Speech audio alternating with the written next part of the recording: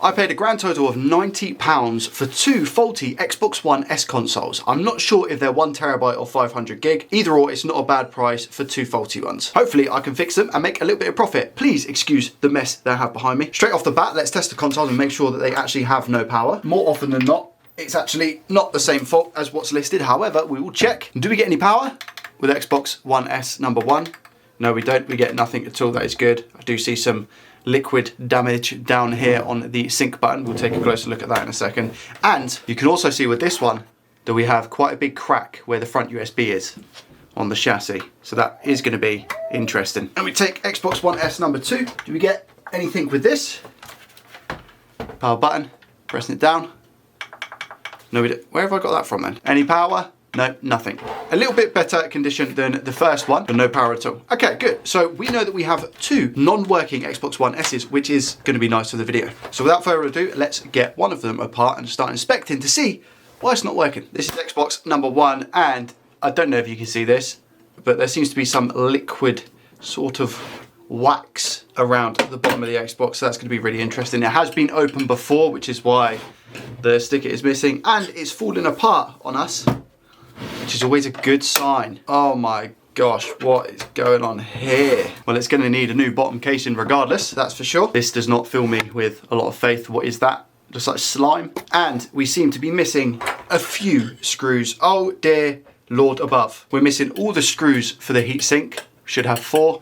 We're missing one of the green screws, one of the silver screws that goes here, and another silver screw that goes here. I'm not looking forward to this. The back plating is just falling off in my hand, so this is 100% going to need a new chassis. 2 screws have just fallen out of the Xbox, and they're not even screws that come with an Xbox, so Lord only knows where these are from. What's weird is that on first impression, I mean, that's missing screws. I'll go over that in a second. But on first impressions, we have a 1TB hard drive. This is really good news. It means that we can recuperate a little bit of our money as long as it works, because we can just use this in another one that we have faulty, you see. It doesn't look ridiculously dirty, and where I said it's missing screws is in this front panel here. Should have 4 screws securing it in place, but it doesn't, and it's sticky for some reason. There's a metal bracket as well that goes here, that's missing. Okay, let's go deeper down this rabbit hole. First things first, I guess. Do we get 12 Vs on the old PSU? One here, one here.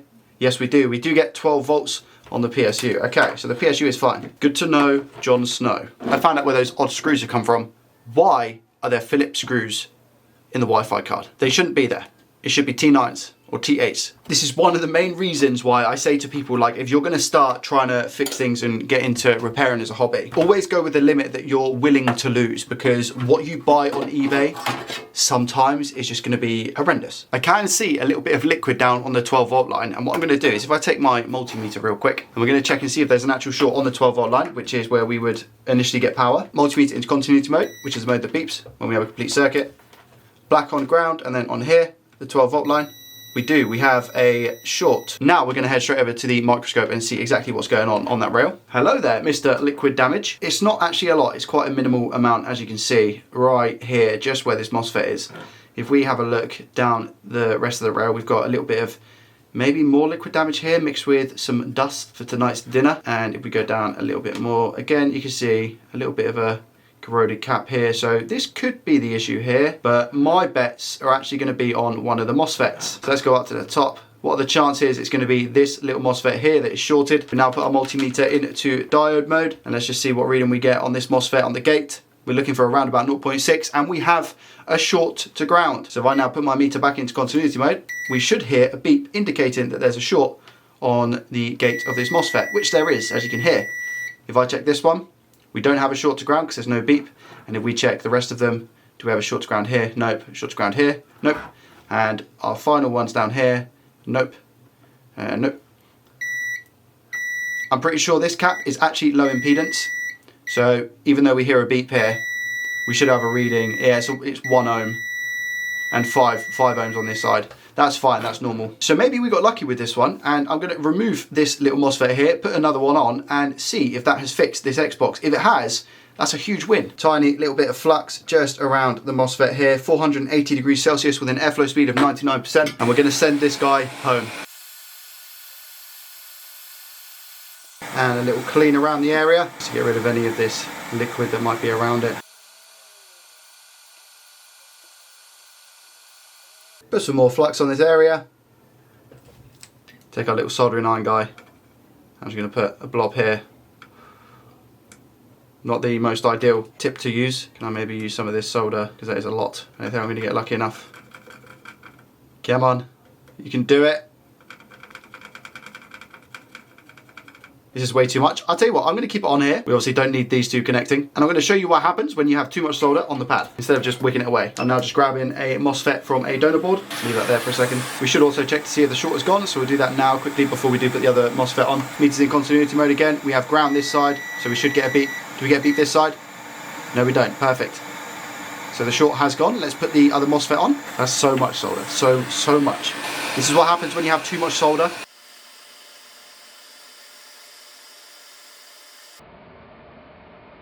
Oh my, where did that even go? I have no idea. Let me just sort this out, and I'm going to try and locate where that other one went. Push down. Okay, yeah, way too much. Apply some flux to sort that out first. Like I said, the tip that I'm using for this job is not the ideal tip, by the way, alright? These pads are all on the same path, so it doesn't really matter if they're bridged, it's fine. Where has that blob gone? There it is. So the risk is that this little solder ball, which is a perfect ball, by the way, could have potentially just gone elsewhere and bridged some components, causing it not to work. Might keep that as a little souvenir. Give this a quick clean. If I'm being honest and critiquing my own work, the solder job that's happened here is awful. It will work, it will do the job, but it's just not pretty. The tip on my iron that I was using wasn't good enough. I was just being lazy. The gate and the drain, which the gate being here, the drain being here, aren't touching, so it's not gonna matter. So we can now put this back together and give it a test. On behalf of Steve, obviously making sure that we have the perfect amount of thermal paste. Luckily, I've taken apart a few Xboxes now, so I do in fact have some spare screws for the heatsink, any other bits that I'm missing. It's been reassembled outside of the shell, as you can see. I don't want to bore you guys with putting it back together and doing it that way, so I'll do that afterwards once I know it's fully working off camera. But I will do some testing now to make sure that all the functionalities work. So power's going in. We did get a little bit of a fan spin. I don't know if you guys saw. I will know if you saw when I edit the video. The HDMI port on this one feels dodgy, actually. I don't know if we're gonna get a display. Let's switch over to the game scene cam. Put the webcam on. Here we go, 3, 2, 1. We get power. You can see the light down the bottom. That's really, really good. The fan did spin, it's kicked up. Also really, really good. And we get a display. Nice one. Okay, wicked. Like I said, that port is probably hanging on for its dear life. I will show you guys in a second. So I think I'm gonna do a HDMI port swap on this as well. Oh, do we get a disc? We don't, unfortunately. This Xbox has not been alive for a while, judging by the software on this. Let's just make sure the disk drive actually works. It takes in a disk. Does it populate the game down here? Yes, it does. There we go. So the disk drive is fully working. Love to see it. Does the Wi-Fi work? The Wi-Fi does work because I've just connected it and it's going to say, you need to update. There we go. So the Wi-Fi is all good as well. I remember I said about the HDMI port clinging on for dear life. It's literally, look at this. It's the loosest HDMI port I think I've ever seen in my life. So we'll get that changed out. That does mean that I have to take off the thermal paste and reapply it. And here we have voiceover editing Joey commenting on the bad work that real-time Joey is doing. We're just applying some flux onto the board and now applying leaded solder to the ground holes, which will lower the melting temperature and make it a lot easier for the port to come off. Turning the board over, we do the exact same for all of the pins on the front. And now we simply use hot air to remove the port from the board. And this is what the clasp will look like, which would explain why it was loose.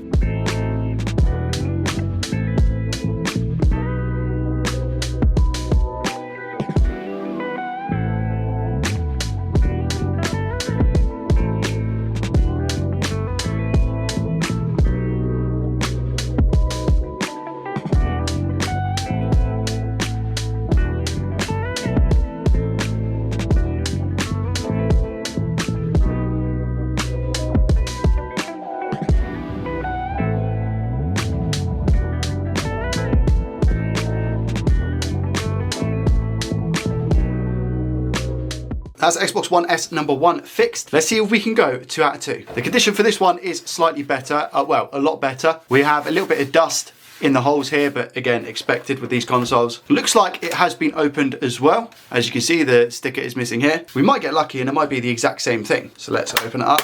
and find out. Do we have all screws? It looks like it. Okay, it's given me faith so far. I think we've also got very lucky on this one. It is indeed a 1 terabyte drive as well. A little bit of dust on the fan, nothing major by the looks of it. I'm about to show you a crime scene. Just look at this. You see we have a bit of liquid corrosion down here where the USB port was, and then here where the front panel connector goes. This is horrendous. Let me introduce the crime scene. Not that one. This one.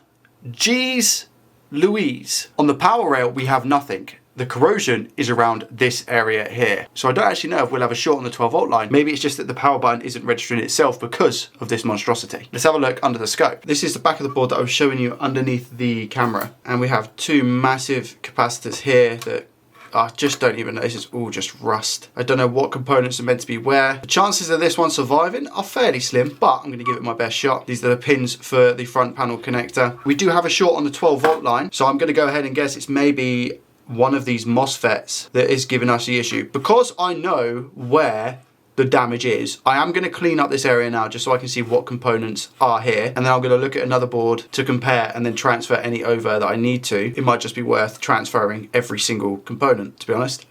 Let me give it a clean and we'll see where we're at. These are the 2 caps on the back. They're missing the bits at the end. I'm going to go ahead and assume that this side was ground because I'm not getting a beep. Getting a short of about, it's about 10 ohms. Let me just measure it in diode mode as well and see what we get. 0.2 voltage drop, 0.3. So I do think this is the positive side, and that is a dead short to ground this one. Oh no, it's not. It's 0.3 as well, but it's fluctuating. It's 0.3, 0.4, and it's just all over the place. So I do think this is the positive side and this side is ground, but we have a short here. Luckily, I think they are the only 2 components on the back of the board that had all of that liquid damage. As you can see, the outskirts of the liquid damage, where it all was, is just about here. This little guy seems to be okay. This little guy seems to be okay as a resistor. If I flip it over to the other side, we can see that we do in fact have quite a few charred components. Just need to finish off a little clean down here, I think. I'll tell you what, if this works, it'll be a miracle. I think let's just do some poking around and see what we have. This little pad here. Okay, so that's shorted. So is this one here. That is shorted. And this side is shorted as well. Let's see if these caps are shorted around this area. Okay. Doesn't seem like it. This little cap is fine as well. These resistors here need some help. I think what I'm going to do is remove this, and all of these little resistors here, and just see if that, and maybe a few other caps that I can see are a little bit charred. I wonder, these caps here, which are these 2 pins, sorry, these 4 pins, are they shorted to ground? No. So I'm assuming these are positive. This is ground, and we have continuity, which would insinuate this is negative and this is positive. They seem to be okay. Let's replace some components.